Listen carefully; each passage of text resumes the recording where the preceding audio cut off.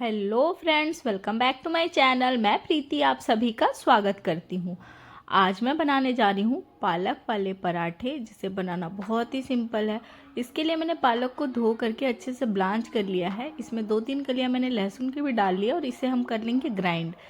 यहाँ पर लिया है मैंने गेहूं का आटा। ये पराठे जो हम बना रहे गेहूं के आटे में बना रहे, इसमें मैंने डाल दिया है नमक। नमक आप अपनी टेस्ट के हिसाब से डालें, हल्का नमक जैसे हम डालते हैं उतना ही डालेंगे। और इसमें मैं डाल दूंगी अजवाइन। अजवाइन के साथ मैं इसमें डाल दूंगी 1 से 2 चम्मच घी। घी डालने से ये पराठे हमारे बहुत सॉफ्ट बनेंगे और बहुत टेस्टी भी बनेगा ये पराठा। यहाँ पर ठंड का टाइम था तो मैंने 1 चम्मच इसमें भर के घी डाल दिया था। आप अगर घी की जगह पे रिफाइंड ऑयल का यूज़ कर सकते हैं। अगर आपको घी ना पसंद हो तो आप रिफाइंड ऑयल का भी यूज़ कर सकते हैं।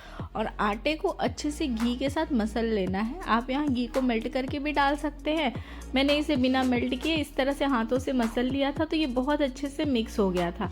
यहाँ पर घी को अच्छे से मसलने के बाद हम इसमें डाल देंगे हमारा जो पालक का हमने प्यूरी बनाया है वो। सारे पालक की प्यूरी को हम इसमें डाल करके बिल्कुल अभी इसमें पानी ना डालें, जब आपको ज़रूरत पड़े तभी पानी डालें, क्योंकि पालक से हम इसे अच्छे से गूँथ लेंगे। और मिक्सी के जार में जितना भी हमारा पालक एक्स्ट्रा लगा हुआ है उसमें थोड़ा थोड़ा पानी बाद में डाल करके ऐड करेंगे। पहले इस प्यूरी से हम आटे को मिक्स कर लेते हैं, जितना हो सके उतना हम इसको।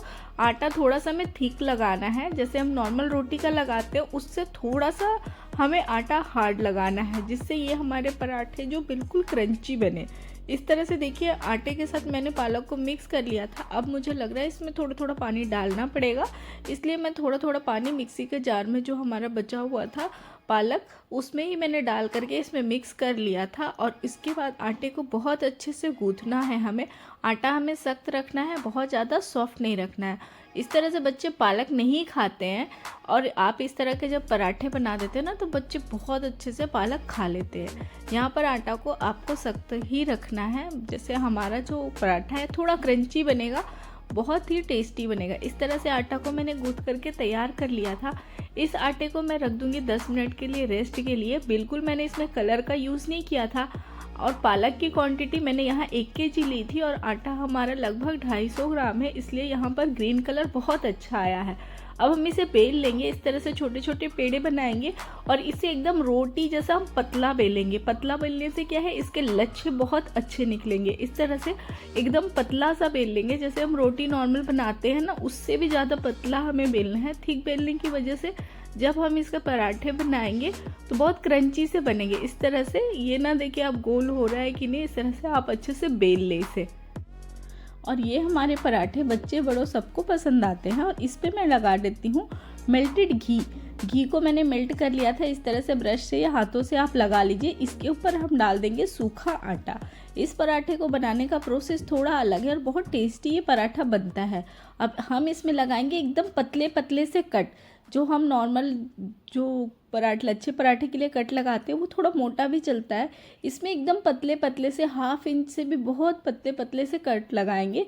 और इस तरह से जब कट लगाएंगे ना तो ये हमारा पराठा बहुत अच्छे से लच्छेदार बनेगा। आप चाहे तो यहाँ पर मोटे मोटे कट भी लगा सकते हैं, लेकिन मोटे कट से ना वो अच्छा नहीं लगता है। और इस तरह से जब आप एकदम पतले पतले से कट लगाते हैं तो बहुत ही अच्छा लगता है दिखने में भी, और पराठे भी हमारे बहुत ही लच्छेदार बनेंगे।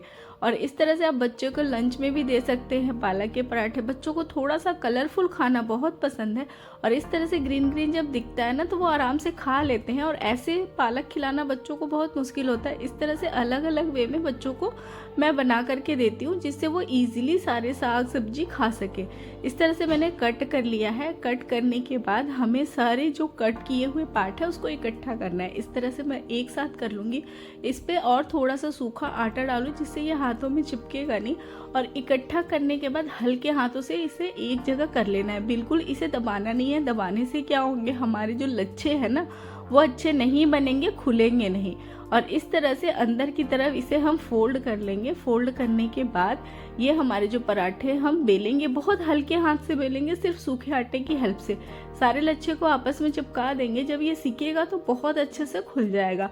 इस तरह से सूखे आटे की हेल्प से, या फिर इस तरह भी आप इसे, क्योंकि ऑयल है ये अच्छे से बिल जाता है। बहुत ज़्यादा पतला नहीं करना है और बहुत ज़्यादा प्रेस करके भी नहीं बेलना है।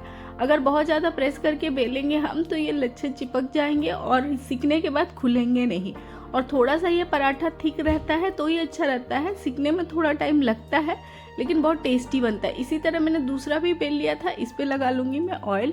ऑयल लगाने के बाद मैं इसमें डाल दूँगी सूखा आटा। मैं ये पराठे आटे से बना रही हूँ। अगर आपको ये पराठे मैदे और आटे दोनों मिक्स करके बनाना है वो उससे भी बना सकते हैं, या फिर सिर्फ आटे से भी बना सकते हैं, या फिर सिर्फ मैदे से। और दूसरा भी पराठा मैंने इस तरह से स्लाइस में पतले पतले एकदम कट कर लिया था। कट करने के बाद वापस से सेम प्रोसेस में हम इसे फोल्ड कर लेंगे इस तरह से हल्के हाथों से, जिससे ये सिर्फ चिपके रहे और एक तरह से बहुत अच्छे से ना चिपक जाए, हल्का हल्का चिपक के इकट्ठा हो जाए। इस तरह से मैंने दूसरा पराठा भी बेल लिया था। यहाँ पर सारे पराठे को इसी तरह बेल करके, और इसे सिकने में थोड़ा सा टाइम लगेगा क्योंकि ये पराठे थोड़ा सा हमने मोटा बनाया है, लेकिन खाने में भी ये बहुत अच्छा लगता है। फ्रेंड्स, मेरी वीडियो अगर आपको अच्छी लगती हो तो प्लीज़ मेरे वीडियो को लाइक और चैनल को सब्सक्राइब जरूर करिएगा। और मेरी ये पालक के पराठे की रेसिपी आपको कैसी लगी मुझे कमेंट करके भी ज़रूर बताइएगा। यहाँ पर देखिए हमारा तवा गर्म हो चुका है। तवा को मैंने एकदम लो फ्लेम पे रखा है और पराठे को दबा दबा के हमें सेकना है। बिल्कुल लो फ्लेम पर सेकना है, इसे हाई फ्लेम नहीं करना है। एक तरफ से हल्का हल्का जब पराठा सेक जाए तो हम दूसरी तरफ से इसे पलट देंगे और यहाँ पर पराठे को थोड़ा सा दबा के सेकेंगे हम, जिससे ये अच्छी तरह अंदर तक सिक जाए। हमने इस पर भी घी तेल कुछ भी नहीं डाला है। अगर आपको पसंद हो तो आप यहाँ पर घी, मेल्टेड घी लगा दीजिए, या फिर आप चाहे तो यहाँ बटर भी लगा सकते हैं, या फिर आप जो भी कुकिंग ऑयल खाते हो उसे भी लगा। थोड़ा थोड़ा मैंने घी डाल करके इसे अच्छे से लो ही फ्लेम पर सेकना है। और ये पराठे बहुत ही क्रंची बनते हैं और बहुत टेस्टी भी बनते हैं। इस तरह से देखिए हमारा दो पराठा अच्छी तरह से सिक चुका है, एक तरफ से सिक चुका है, दूसरी तरफ भी हम पलट लेते हैं। लो फ्लेम पे सेकने से क्या होगा, इसका कलर भी ख़राब नहीं होगा और ये अंदर तक अच्छे से सिक जाएगा। हर लेयर अच्छे एकदम परफेक्ट सिकेगी।